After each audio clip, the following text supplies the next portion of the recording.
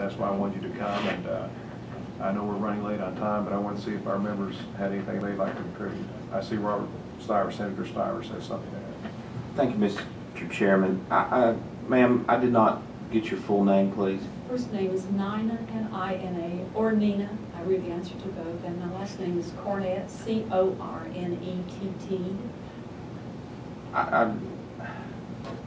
I do understand, because I practice law in Eastern Kentucky, and I've prosecuted people, I've defended people in a criminal nature, and in civil cases I have done the same thing. But I don't want the committee to have a misunderstanding of what the statutes say. And I've actually had one of my more successful cases that if, and unlike in your situation, Mr. Chairman, you had no body to go get or grasp, but if you can show an individual trespassed, and in many cases in Eastern Kentucky, and I think you're probably aware of this, a lot of times you get into places, and anybody in the coal industry knows, you go to lease a land and there may be 30 landowners because mom and dad never did resolve the issues of their estate. And so you get into disputes between relatives, and a lot of people really don't know where the old boundaries were because the deed was drawn in 1890, and it calls up to the cliff and along the ridge line down to the old oak tree to the forks of the river, and then with the meanders of the river back to the point of the beginning. And that's not a meets and bounds types of description.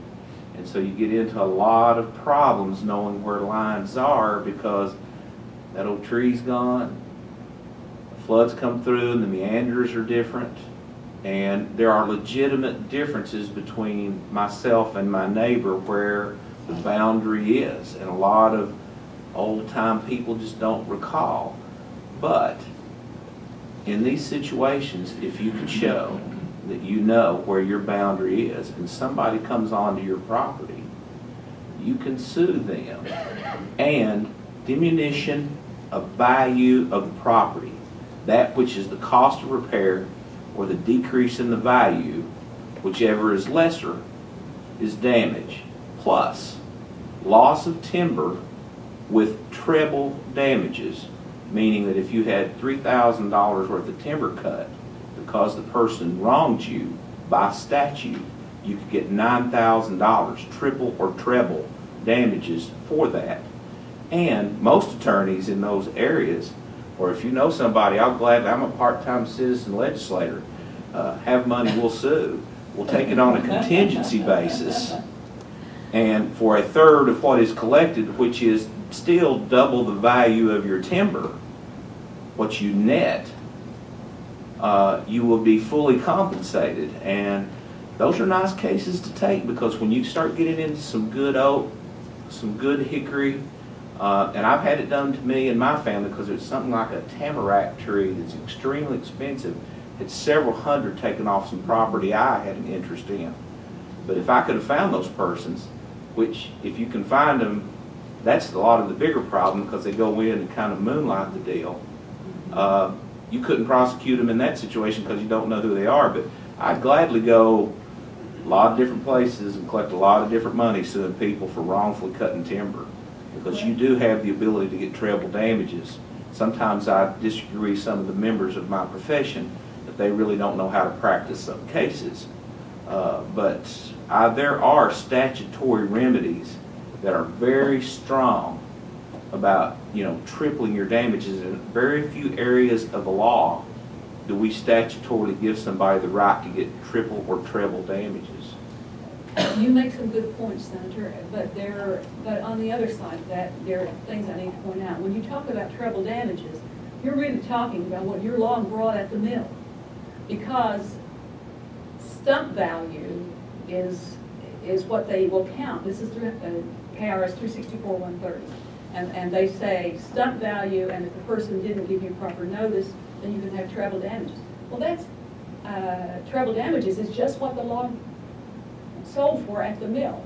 So if what you get is stump value, which people do in many cases, or less than that, then in effect, let's say that the guy cuts $15,000 worth of timber and he sells it to the mill for $15,000. You may get, if you're lucky, you'll get stump value.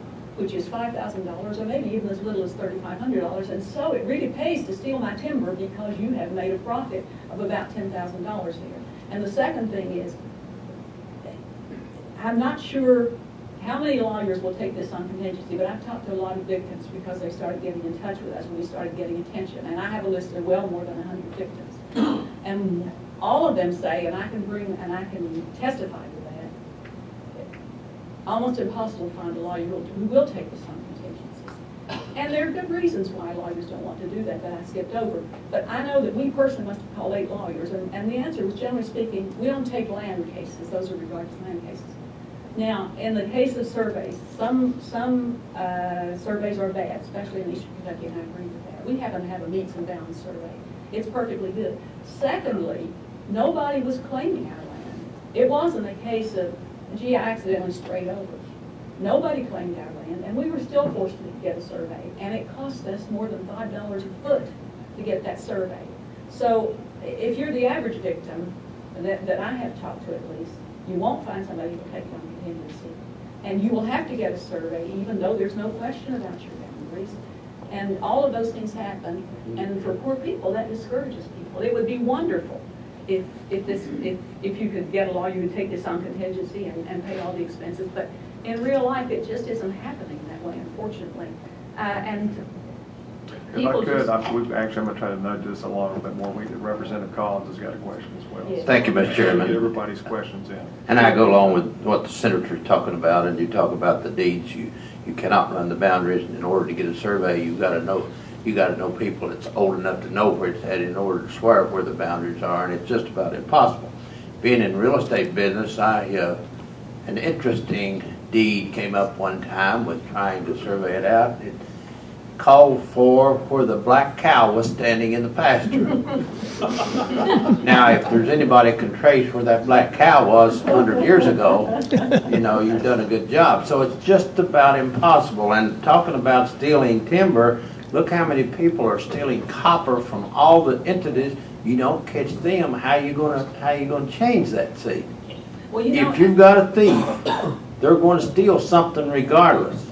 And the absentee owners, it's tough to keep up with it. So it's a tough question. I understand what you're saying, and we see it all the time on all these other things. Thank you, Mr. Chairman. I appreciate that, sir, but I will say actually there is a solution here.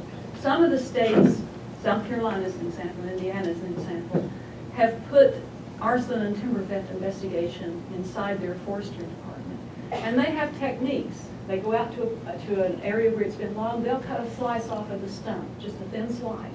They can take that and they can go to mills and they can compare that to timber that's bought at that mill.